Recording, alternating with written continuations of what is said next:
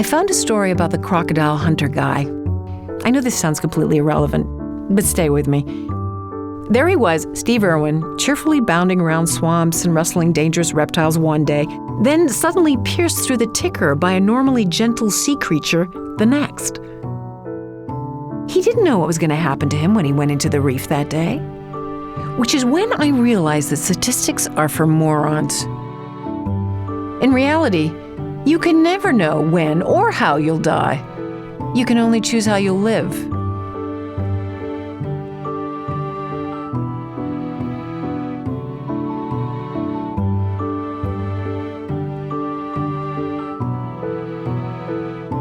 I knew I cracked open the Australian wine for a reason.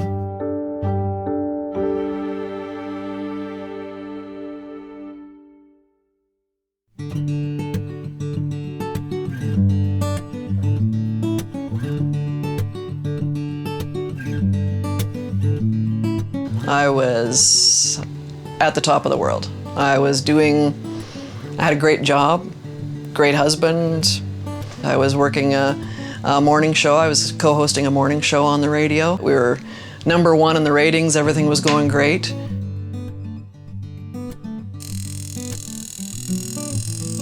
I had my own business and I did buckles and I rodeoed and had horses and was trying to start my own jewelry line and things like that, and just gotten out of a 3-year relationship, so I thought I'm finally gonna get my life together. I was the type of person who liked to plan everything. That's the one thing my family will tell you, especially my sisters. It was fun, yeah. Full of life, lots of wine. Darn that wine. 2 years ago, I found myself filling out another application for a card that I was assured I, quote, absolutely needed. The questions were pretty basic. Name, Allison Lane.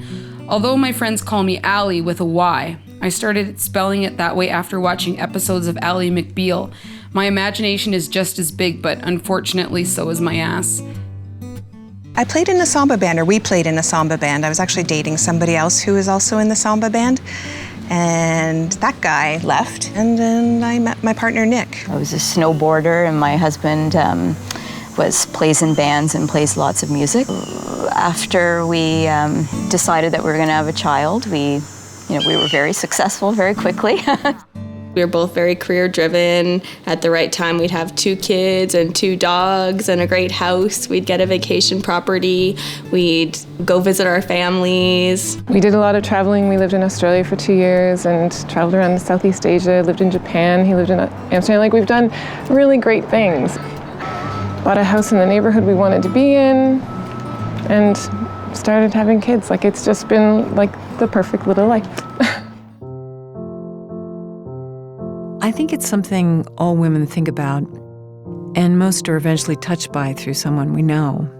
But even if it never actually happens to you, there are sometimes little scares, lumpy little scares. So I hung up the phone and I reached up to turn on the light and my thumb went over it. I started dating somebody new, and he found my lump. So pays to let a guy get to second base or first base, I don't know.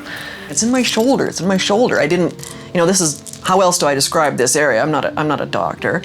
And then the pain moved to my neck. For whatever reason, I checked my breasts in the shower and found a lump that felt a bit different on my right rib. I called my husband in and asked him to take a look at it. He felt it and thought it felt a bit different, but I thought, what do boys know anyways? So I've always noticed there was that same spot. And I never thought much of it. I figured after I have Sophia, we will just breastfeed and hopefully it will change. And I noticed a lump, and I said to Nick right away, I got a lump. Like a small olive under the skin. So it was kind of like, you can't miss it. It's not something, people ask me that often, like, how would I know? You totally know. It's not, it's something that wasn't there. I sat in my doctor's office believing this was merely the latest addition to Lumpy Lefty. He thought it felt okay. He assured us it was nothing. He said it moved around. It felt pretty soft. So he put me on some antibiotics, And when it didn't go away, he put me on a different antibiotic. I really think it's a cyst. I don't think you have anything to worry about. And then I went into Calgary, and then they biopsied it, ultrasounded it, and then I waited a week. Then they phoned me back and said I was fine. Then with my second pregnancy, during my pregnancy, I've noticed also the same. I had a lump, tiny, but we had it checked out, everything was okay. Then they phoned me back the next day and said, we read your chart wrong. The ultrasound guy said, oh, it's probably fibroadenoma, it's nothing. You know, don't worry. So I had to beg for a mammogram because I wasn't 40 yet. Went to do the mammogram, then I went to get a ultrasound. They said it's probably just a cyst, but we're going to get you a needle biopsy. Even at the needle biopsy, he said it's probably just a cyst, but we'll let you know. So for 3 weeks, I was just still living my life, whatever, thinking I had a cyst. I actually thought that it was all in my head because the doctors weren't taking me seriously with the pain that I was having. And they didn't seem to have any concrete answers, and the tests weren't showing anything. And so I drove home one day, and I drove into my garage, and I shut the door and I left my vehicle running because I wondered if it was all in my head. But I came to my senses and I shut the vehicle off and I went in the house.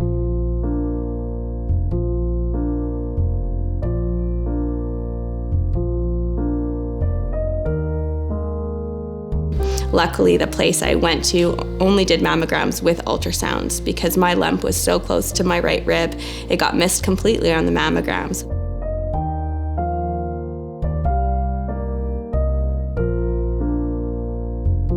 So we did a biopsy, but all along we kept being assured that everything was fine.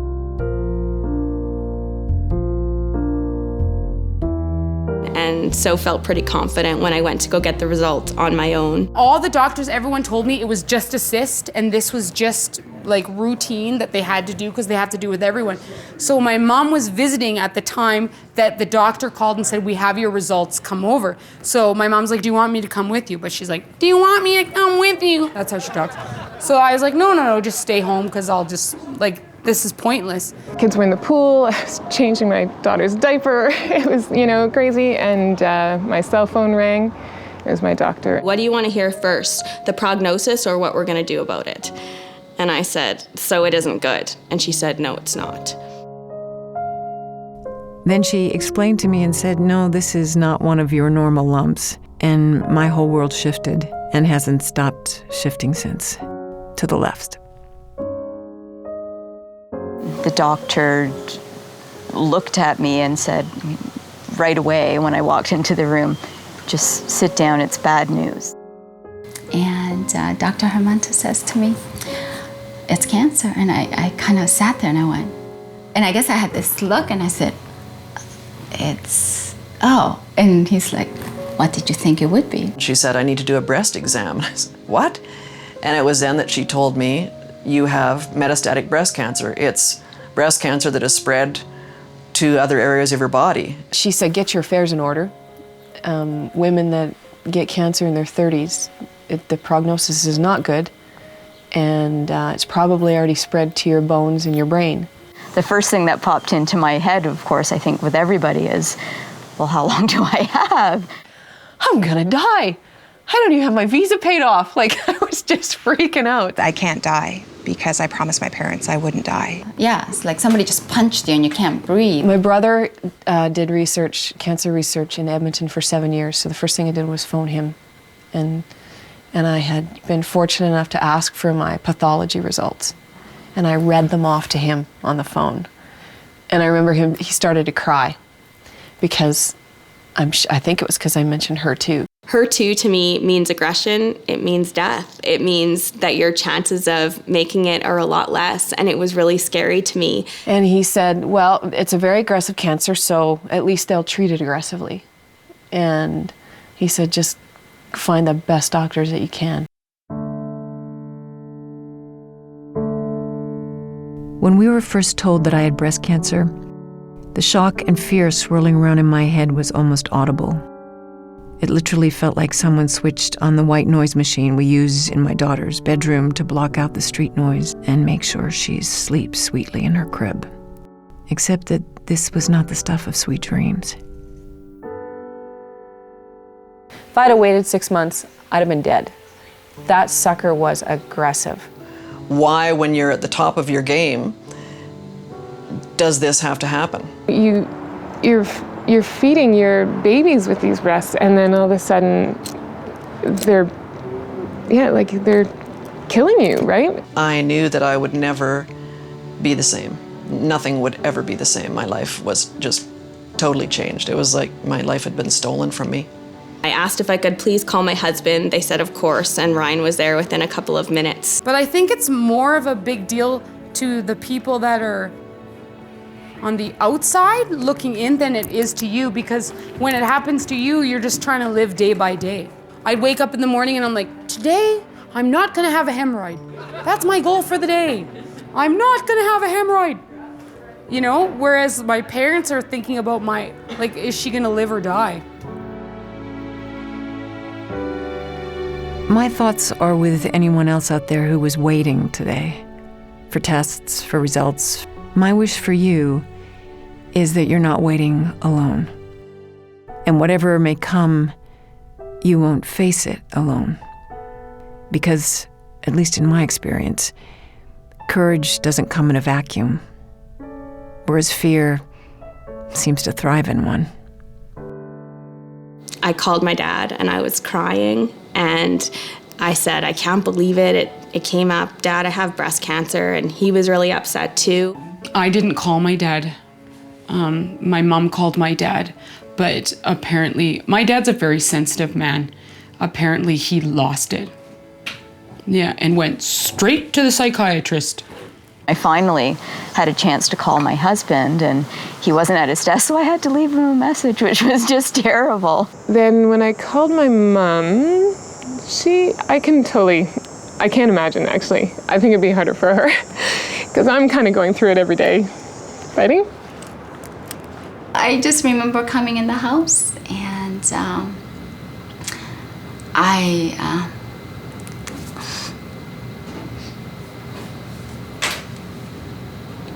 funny, I haven't talked about this. I didn't think I would cry. I came home, it was dinner time. And he was in the kitchen. I opened the door. And I had it all together. And I remember Lauren running into me saying, Mommy. And I never felt so sad. And she just ran and put her arms around me. And Sophia was sitting there and she was so happy to see me. She's just waving her arms. And I just said hi, and Gil just came out and it's like, hi honey, how was it? But I guess the look in my face kind of told him what he was. And he just looked at me and I said, we'll talk later. Mammograms, ultrasounds, biopsies, MRIs, and a few things that involve being injected with a radioactive tracer fluid, just in case I don't already have cancer. I deferred treatment a little bit, as long as the doctors felt like it was in a safe range, but I did have surgery while I was pregnant to remove the tumor. Well, they had to, I guess, take the lump out immediately, as soon as they could, because it was quite a large lump, and luckily the surgeon had a spot 2 days later, so he was able to remove the lump. The doctor told me that I had metastatic breast cancer, and I had come in with a sore neck, and I knew the vertebrae in my neck was collapsed, and she said, we're going to send you over to Royal University Hospital, the other hospital where neurosurgeons will put you in a halo and the cancer doctors are there. And I said, pardon my French, I'm not wearing a fucking halo. And he said, first of all, your collapsed vertebrae is just millimeters away from your spine, from your spinal cord. Do you know what that means? And I said, let's rock and roll, put that bitch on. So here I am, bald, scarred up, and routinely pumped full of poisons. I have trouble sleeping, and sometimes I'm very sick, or in a lot of pain. It's become my new abnormal. Before, they were just like fat with nipples on them. Like my breasts were no big deal. I was more concerned about my ass. You know, like my breasts never meant anything to me. And then all of a sudden it was like, well, you could lose them, so whatever. And so all of a sudden it became this big, oh, I might lose these things. So I just started touching them all the time and like motorboating myself, and like I would flash them. I went to a party once, I had a lineup of people like touching them, and because you just all of a sudden start worshiping them because you might lose them. When he did the MRI, they found 8 more lumps. And yeah, in my little teeny weeny breast. But there was no question about it that it had to be a mastectomy, and it was a radical modified mastectomy. I didn't know if I would have to have the mastectomies. I think I was kind of kidding myself the whole time, but when the doctor said that, you know, you really, really should do this just for your own health, the decision was easy. I mean, I had stopped nursing, and it didn't look like I would probably be able to have children again. They required that I got a mastectomy on the right side and strongly recommended on the left side. They saw an area of concern there as well on an MRI I had to get. So I just said, great, let's go. Like I had a double mastectomy, so then I wore my fake boobs, and people'd walk in and they were like, they'd look at your chest and they're like, so, and it's a small town, so everybody knew within a week. When the surgeon came in after and asked me how I was, I tried to lighten it up, and I said, well, I feel like a new man. So I wish I had looked at pictures of what a mastectomy looked like. There's just nothing there. It's gone, like flat chest, gone. Like you see your ribs kind of thing. I don't think that, you know, you need to be to have breasts to feel like a woman. They just put small things in and they inflate them slightly, and you know, I went from looking like a 12-year-old boy to a 12-year-old girl, so it was great. I wanted that cancer out, and that's why the aesthetics didn't matter to me. The mastectomy, I didn't care what I was gonna look like. I just cut it off, cut more, you know. The scars might not be pretty. I didn't care about the scars, just get it out of my body, and I'll deal with all that stuff later.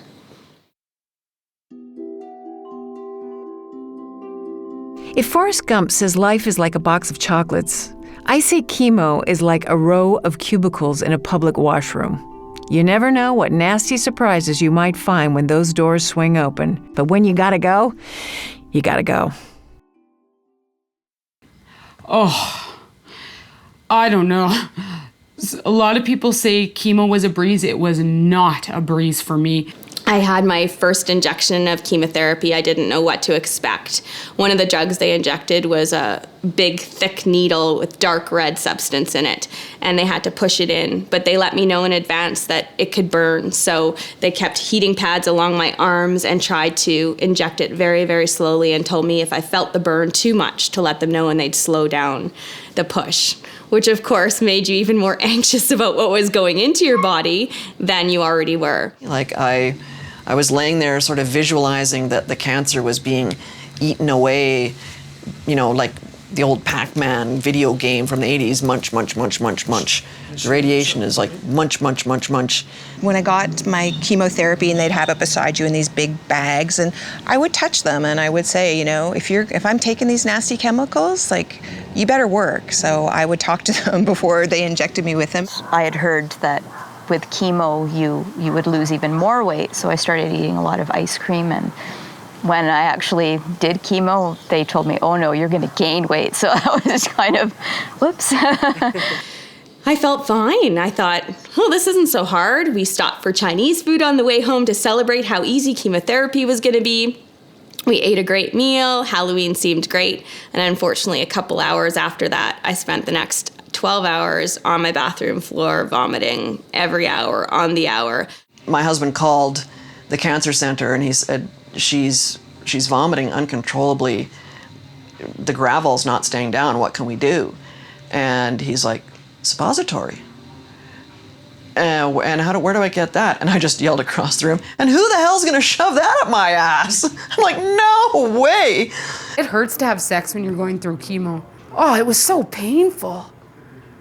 Oh, it was awful. But now I'm good to go. Spread the word. Spread the word, I'm good to go, please, someone save me. And as it got worse, I was pretty good, and then my hair started falling out. And then I still went to Costa Rica, and I just kept living my life and just partying it up. And then it wasn't until I was told, you're gonna go through chemotherapy and you're gonna lose your hair, then that's when it hit me. Oh shit, I got cancer. Hair can be a primary part of your self-image. It can communicate things about your identity. Soccer mom, vixen or hockey fan. It can complement our outfits or reflect our moods. It can even be a kind of camouflage. For me, there was the notion that once I lost my hair, my cancer would become public knowledge. Bald head equals cancer. How come it always happens, it seems, to women that have long hair? I just thought this is so ironic. He cut my hair. I had really long curly hair, and he actually cut my hair in stages so that he could show me how I could grow it back, which was a lovely thing to do. And vanity, thy name is Shauna. And I had hair down to my belt, big old Texas rodeo queen hair, because that's just who I was. And I didn't cut it. And everybody says, cut your hair short before you lose it. And I was like, no way. And I'd sit at my desk and I'd go like this, and it'd just come out it just came out in yards of it. And I wouldn't shave it, and I wouldn't cut it, and I wouldn't cut it. It was just really thin. And I was at my brother Scott's one night, and he says, Shauna, it's time. You look like Relic off of Beachcombers. Like, I just look like hell. So I said, okay, fine. So he shaved my head and I shaved his. And that was traumatic, but I went downtown immediately after having had my hair all shaved off and met my two very, very good friends, and I put on like really hardcore lipstick and I had a nice bright pink top on, and I kind of felt really intense. I looked hot with no hair because I lost all this weight, and then I had no hair, and then I had all these sexy Farrah Fawcett wigs, and then I put on my little eyebrows. I looked good. Dear eyebrows, since you've been gone, I hardly recognize myself. Oh, sure, with a little effort and the right makeup, I can put on a brave face. But it's just not the same without you. I'm even willing to forgive you for running off with my lashes like that. Please, come back to me. I promise to do everything in my power to never drive you away again. Sincerely, Leanne. So much stuff would fall into my eyes, and I'm like, that's what eyelashes are for. Right. They're not for like to look pretty with mascara, because all this stuff keeps coming in my eyes. Yeah, and then your hair would just start to grow back, like there's little bits of stubble, like it would just tease you and then gone again. Yeah, so you don't have to shave your legs, which is great. It is intense, this process of losing hair, and I know it takes courage to bear your baldness. There's also something I call the fuck you cancer effect. I suddenly looked like she's got chemo, and it's not a great look, no? It's not a great look. I'd get so many pitying looks, and I'd get people going, oh my gosh, are you okay? And the thing I didn't like about that was how it affected Talon. But for me, I didn't care. I just didn't want them to look at me as a patient. For me, it was about the fight, and I'd say, yeah, I'm okay, I'm dealing with cancer. That's life. I wanted people to know that it's real, that young people get it, that this is what they're really going through. I have cancer, and I always said this to people, I have cancer, but I'm not dying right now, I'm not dead yet. It was very, very depressing. I had no hair, I had no breasts, I was I felt like an android or something. I didn't feel like a person anymore. It's one thing if they love you already, then they want to stick with you. But if they're just picking out of a herd, why would you want a horse with a limp? Like, that's not sexy. Guys don't like that. So you kind of have to take, like, what you can get or who already knows you. So I was like, what's the... So I was dating a blind guy. One day, I really want to be able to file cancer away with my bad relationships and gravest fashion faux pas. Just something I had to go through to grow to where I am now. I think Some people didn't know how to react, and unfortunately to them, they thought that staying away would be better than bothering me because they didn't know what to say. At the beginning, people called me and said, oh, you're such a hero, and you're this and you're that, and you're brave. And I wasn't brave. Like, I was scared. I got a little bit bitter. I don't know if I got angry because every time I'd see people, it would be frustrating because all they would do is give you that, oh, you poor thing look. And I just wanted to be myself. I didn't want people to constantly be, all they're thinking of is, wow, she's got cancer, that's terrible. Was it pollution, plastics, pesticides, proximity to Lake Ontario, wine, chocolate, caffeine, vaccine, stress, potato chips, Teflon, divorce, red meat, smoking, not enough exercise, farm fish, late nights, underwire bras? In other words, what did I do wrong? That was the part of the journey that I really wasn't anticipating. You know, just the emotional up and down. You know, when I say you miss someone, I guess when someone passes away, you miss the person. But for me, it was, I miss the old me. I did not trust my body. It had betrayed me, and I don't trust it anymore. And so I wanted everything that wasn't needed ripped out. Like, I want a hysterectomy, I want an oophorectomy, which is an ovaries out. I want everything that I'm not using just out. If this spells frog in a blender to you, then imagine how it feels on the inside. I'm looking everywhere for this person who used to be Mrs. Grace under pressure, and all I can find is Ms. Sky is falling. A lot of things go through your head. I have a son, so in one way that's absolute fear. He needs his mom, and his mom might not be there. In our specific case, my husband's also dealing with a very aggressive brain tumor, so I already know that the possibility is there that he might not have a dad. The thought of a kid not having both their parents and losing both of them to cancer is not acceptable to me.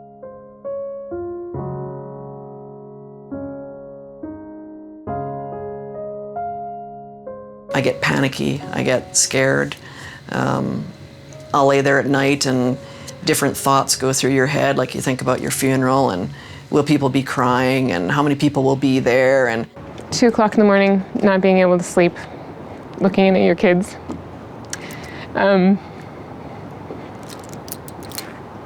Imagining your husband with somebody else.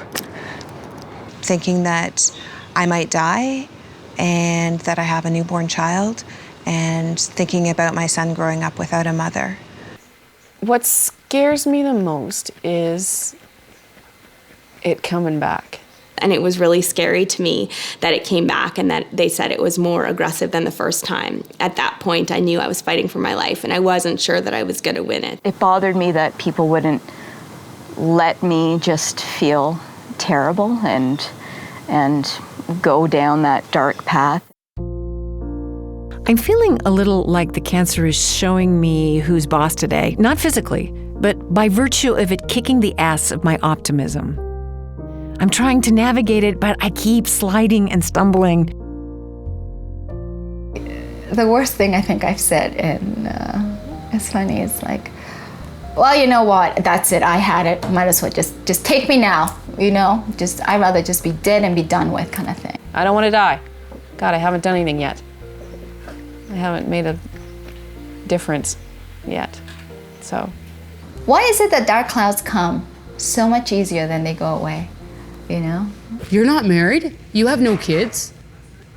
What's wrong with you? I have cancer. That's what's wrong with me.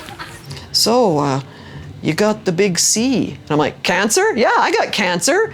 And I just said cancer, cancer, cancer as many times as I could in a sentence. You know, cancer.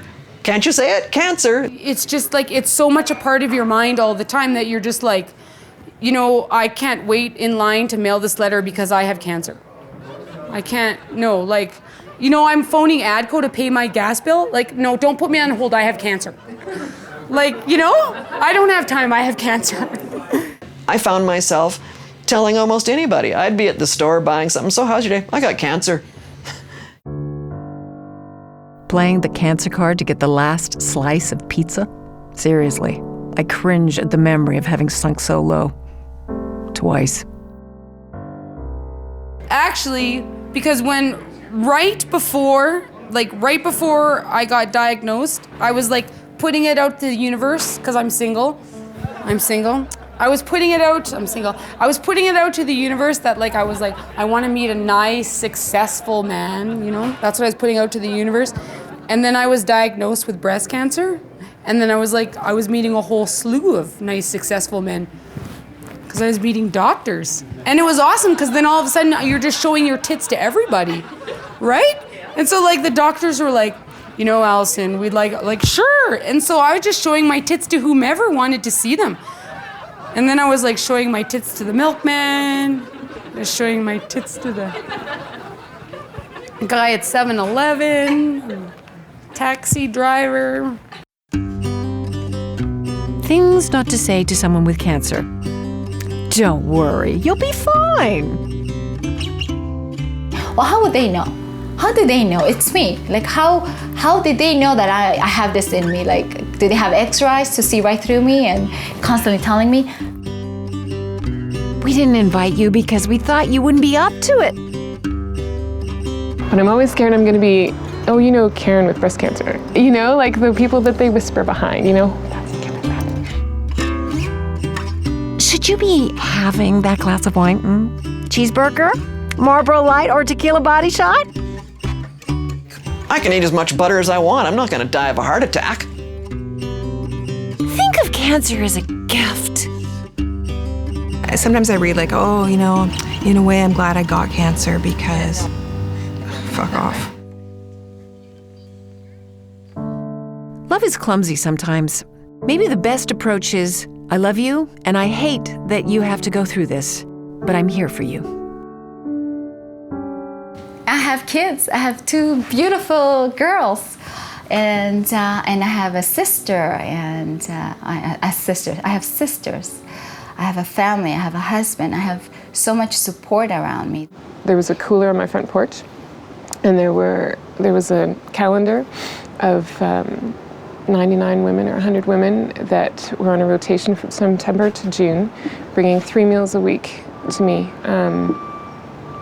And I didn't cook all year. My friend Shauna went in with me, and you're scared and you don't know what's gonna happen. You don't know, you know, you see the movies and everybody's puking and sick and they look like hell. And so I dressed up every chemo, and to this day, I had one on Thursday, I had Herceptin. I dressed to the nines, high heels, hair done, sat in that bed and they hooked me up and tasted like pennies, and you know, I didn't feel that great, but then we went for margarita afterwards and had lunch and went shopping. My sisters took me out to whole Renfrew, and she's like, oh, pick anything, and kind of tried to make fun out of everything, and it helped to forget things. This husband of mine, he still manages to find me attractive and make me feel beautiful, even after I lost all my hair, grew back someone else's, had a large port implanted in my chest and got all carved up and scarred. The fact that he brings me lingerie makes me want to cry with gratitude. It means he doesn't see the cancer first. He sees me as a woman first, a whole and hopefully totally foxy woman.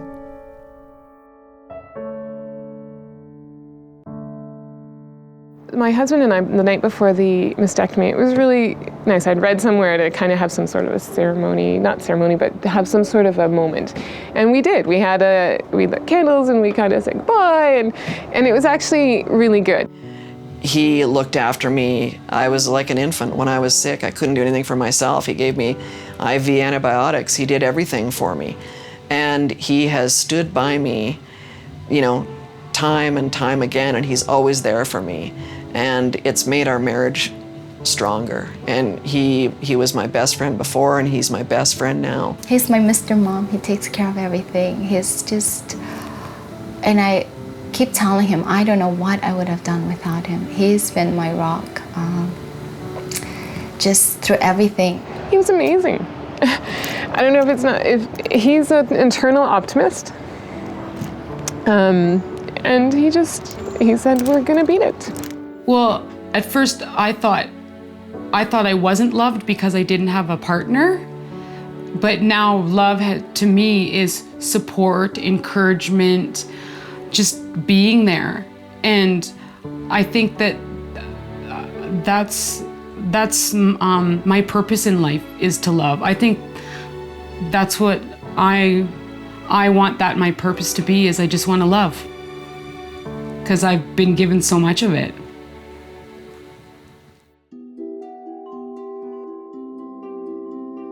Last Friday marked my 1-year anniversary of having the C-bomb dropped on my life. I learned a lot about myself, the depth of my strengths, and its limits.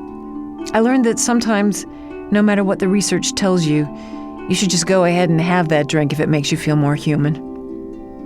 I learned about my capacity for courage as well as my hitherto unexplored capacity to fall apart and let people take care of me. I didn't know before that saying yes to help can actually make you stronger, or that allowing people to love you is the same as loving them back. Love is, what I realized, love is forever. Love has been hugely important, yeah. I mean, I can't imagine going through this without having had the love of a partner, and I think about other women who are maybe in less fortunate situations than I was in when I was diagnosed. For me, it's so much more different when I actually tell my girls, I love you. I want them to feel it. It's almost like a beam, you just want to beam it and just go, here, it's in your heart. I hope you feel it, and with everything. I have never experienced love like I have experienced this year. I had no idea that it surrounded me as much as it did. This is a Swarovski crystal heart, and Ryan and Talon gave it to me as my birthday present when I was going through my fight. So to me, every time I put it on, I think of the fight, I think of Talon and Ryan and my motivations, and I think of the heart, which is one of the biggest gifts that we all have, love. Nighttime in hospital is different. After the last test is over and you can finally go to sleep, you start to think about why you actually have to be here. How it came to be that you're alone in a hospital at night. Why your life led to this place, this moment, this situation. My mother is here with tea. Thank God for mothers and cups of tea. My dad and mom came to a lot of my chemo sessions, and they just knew how important it was for them to be around. And I think the more you are around someone who's going through chemo, the easier it is. And then you start saying it over and over and it loses its power. So that's really what my family is focused on, is, you make a joke about it and it's almost something that it's not to be feared anymore. I was very much in shock about the situation because we felt so confident that it wasn't going to be what it is. We thought, what are the odds of a husband and a wife both dealing with cancer? What I saw with her, and just talking about it today brought a lot of tears to my eyes, just recollection of that fight. But man, she did an amazing job. It turns out that this unbroachable, unhappy, unfathomable topic is not so totally taboo after all. I'm not saying I'll be bandying it about at cocktail parties. Nice to meet you. I'm afraid my cancer is going to kill me and I won't get to live out my beautiful little life. Have you tried the stuffed mushrooms? And based on the feedback I'm getting, I'm beginning to think that talking about it has possibly made this nightmare a little less nightmarish for everyone else, too. In other words, I'm not dying. I'm just talking about it. Joan Baez, who's an artist, a musician, said, "You don't get to choose how you're going to die or when. You can only decide how you're going to live now." For mothers and for young people with so much hope for the future, it makes me sad that cancer can take that away in an instant. There were 3 other women who had, I think, triple negative, which means that there's no after therapy for them after the initial chemo. And unfortunately, one member in our group died while we were going through, and that was really hard. And I felt really selfish, but it was hard for all of us because it was just a real shocking moment that could happen to any of us. And I kept saying to myself, what am I so afraid of? Is it death? And I'm not I'm not afraid of dying. You never know in life, right? On sait jamais dans la vie, that's what you say in French. So thinking about Elliot and not being part of Elliot's life just is like a knife in my heart. Yeah. Ryan and I both lost a friend that we were close with, a girl that got diagnosed around the same time that I did and was with the same oncologist I was. Unfortunately, her path took a much different route. And it was heartbreaking to see that, and heartbreaking to see her move to a hospice, and heartbreaking to see her last days, and her knowing that that was coming. She said, I want this to be the end because I don't want my family and my husband to be on hold in their lives, but I don't want this to be the end because I'm not done living yet. Breast cancer sucks. Yeah. Cancer sucks. People getting seriously ill sucks. That life is full of change, and lousy things happen to good people and good things happen to lousy people. And yeah, you never know what's around the corner. You really don't. I was changing my daughter yesterday, or rather, I was trying to pin her down with my right forearm without hurting her while attempting to maneuver pants over her wildly kicking feet as she tried to flip over onto her stomach. I am freaking exhausted all the frigging time. So, as my little girl struggled to escape me, I just finally stopped, and I started to speak to her as though she were 35 years old and not 2.5. Listen, Georgia, I'm about at the end of my rope right now, and I'm getting really stressed out here. So if you could just please try to help me get through this. She suddenly stopped squirming and laughing and just looked at me. Then she reached her little hand up to my face, I swear I'm not making this up, and said, "You've traveled so far and been so brave." I prayed when I was having radiation. Nobody taught me how to pray, so I just make it up as I go along. Like, if I'm laying in bed and I'm having a hard time, it's like, please, God, please give me strength. Please watch over my friend. Please watch over me. Please help me. Because I think believing in something, a higher power than yourself, no matter what it is, can give you strength. I had a visit from my amazing cancer shrink yesterday, and he says what ifs are strictly off limits.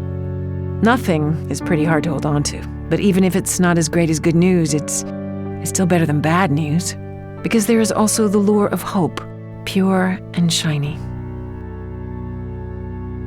Everyone needs to find a motivation, because I think if you're newly diagnosed, you need that motivation. When you have your down days, it's okay to cry, it's okay to feel sad and mad.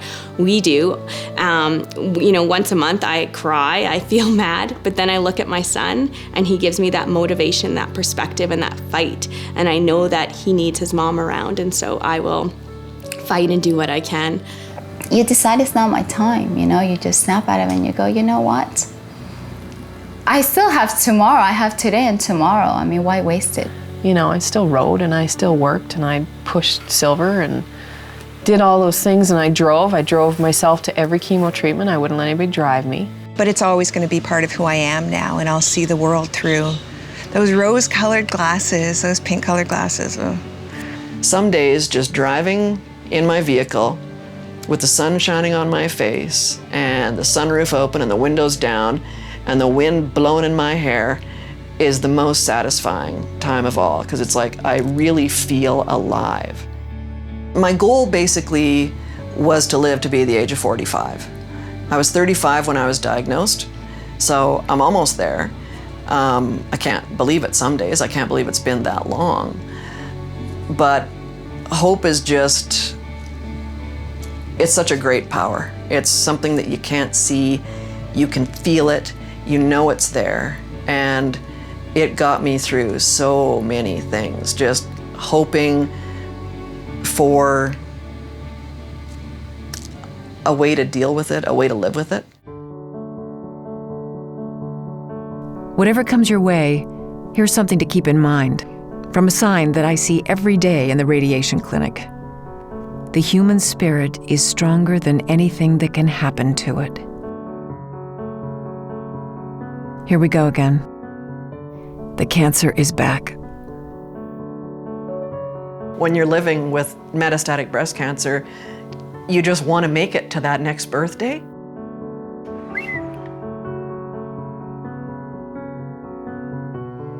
And so it was, and to have hit my goal, it was just great. Where are you? Oh, down here. Come on, Mr. Mystery. Kisses for food. Perfect. Everybody's good. I remember when he told me, you know, the chemo that he was recommending and that it would be hair loss, I said, oh, for fuck's sake. I don't want to lose my hair. But the thing that got me crying was, I don't want to gain weight. And it's so silly. My husband came home from work to pick me up and take me to the cancer center.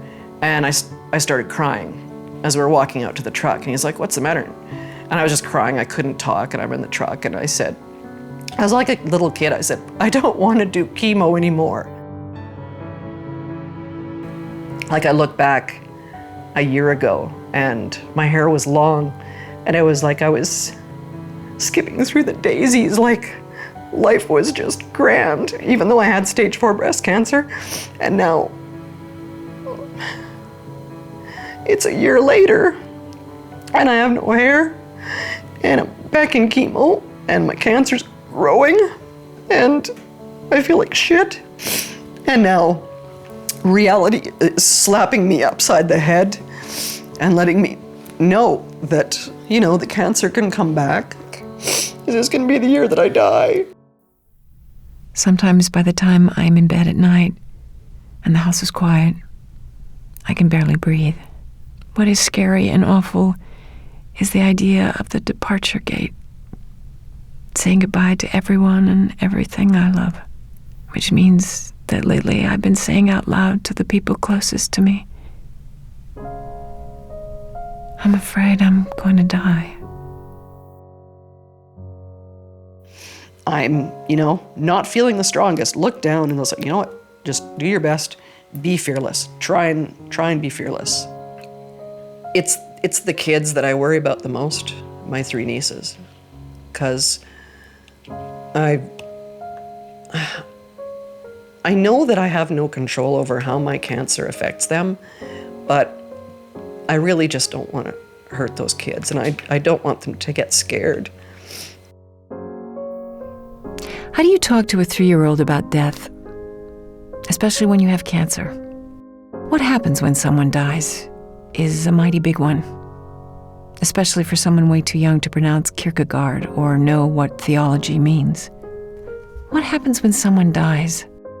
I do know that when someone dies, you can't see them or hug and kiss them anymore.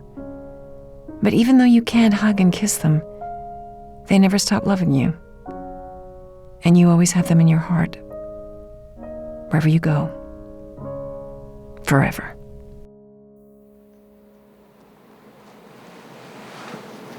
Hey, Talon.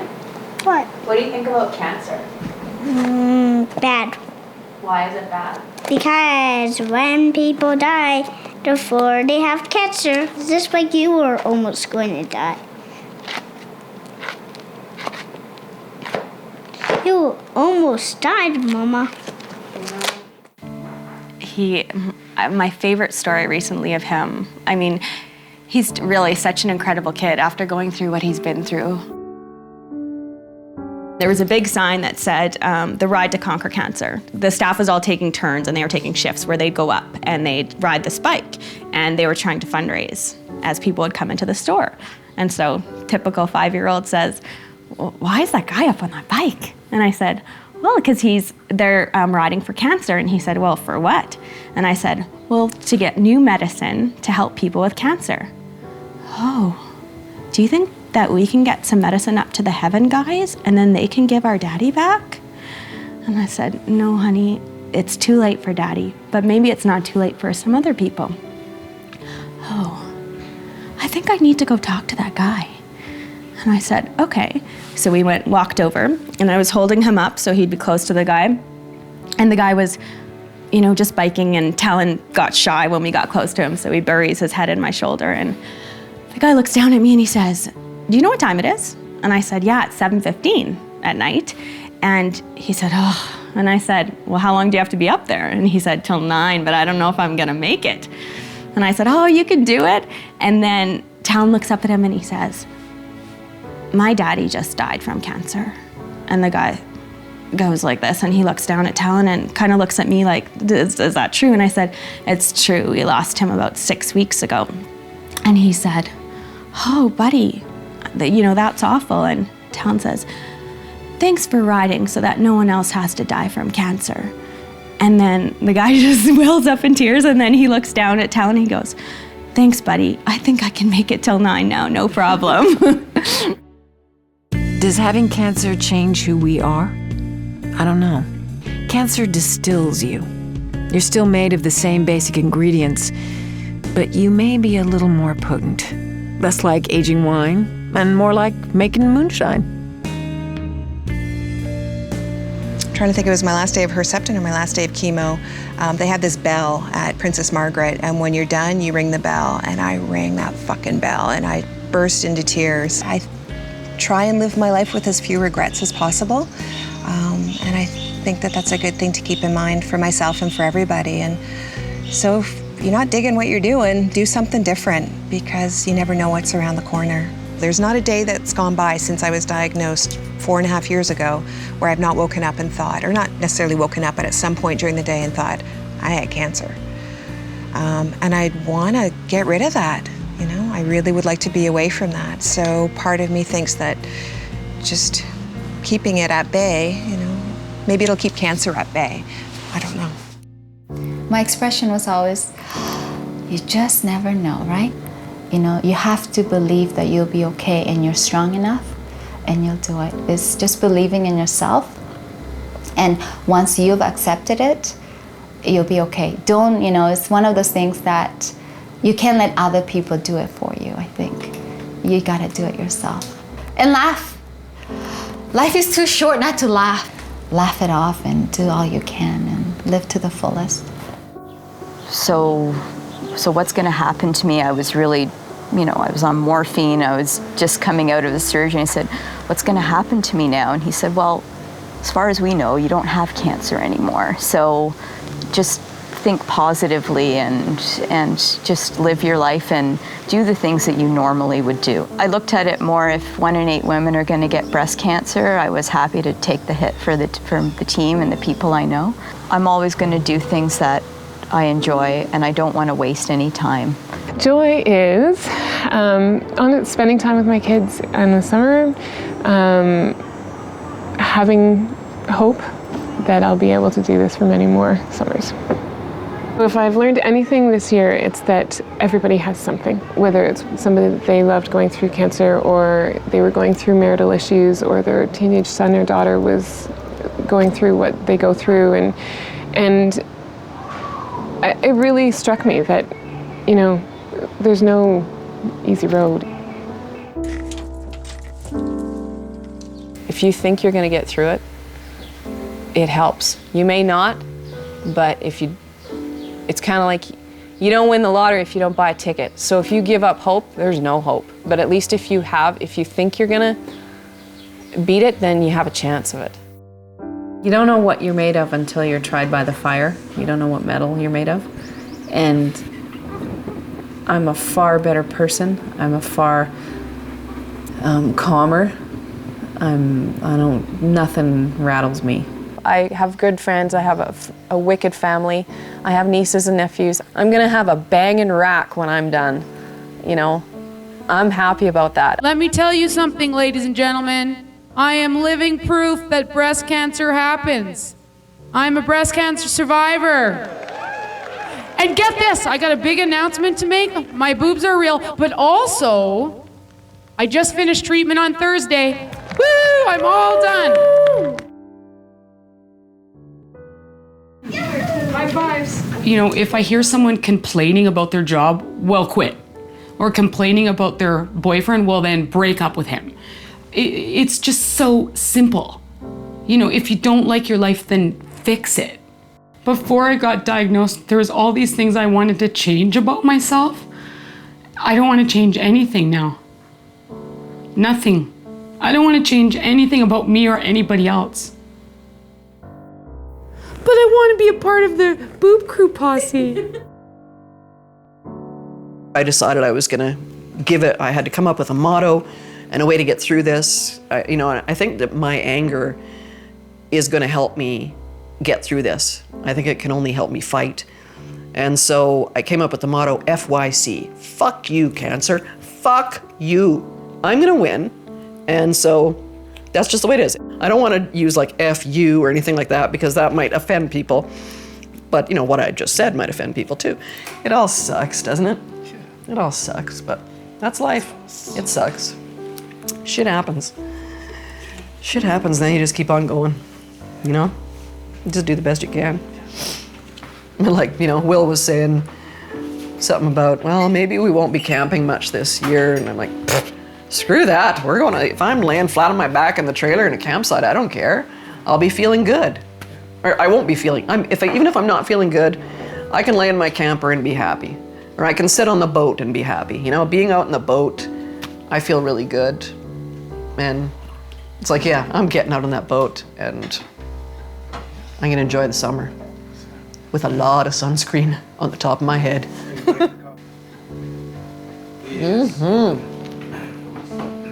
Just do what you want to do, say what you want to say, be who you want to be. It's time.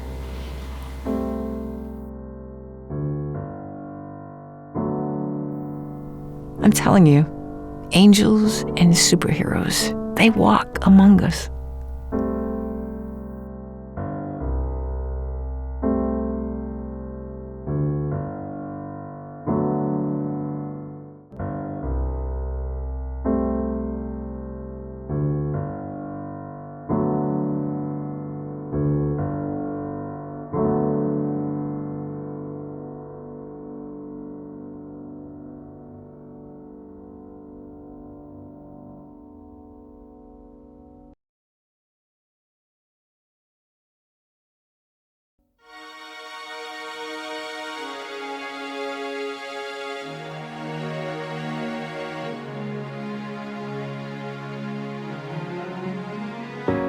Lost touch with my soul. I had nowhere to turn, I had nowhere to go. Lost sight of my dream, thought it would be the end of me. I thought I'd never make it through. I had no hope to hold on to. I thought I would break. I didn't know my own strength, and I crashed down, and I tumbled, but I did not crumble. I got through all the pain. I didn't know my own strength, survived my darkest hour. My faith kept me alive. I picked myself back up. I hold my head up high. I was not built to break. I didn't know my own strength. Found hope in my heart. I found the light to light my way out of the dark. Found all that I need here inside of me. I thought I'd never find my way.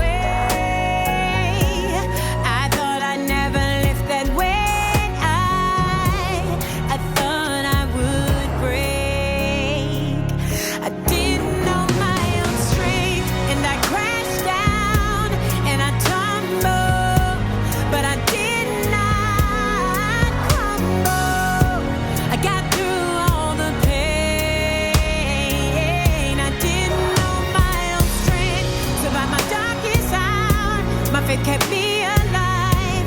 I picked myself back up. I hold my head up high. I was not built to break. I didn't know my own strength. There were so many times I wondered how I get through the night. I thought I took all that I could take. I didn't know my own strength. And I crashed down and I tumbled, but I did.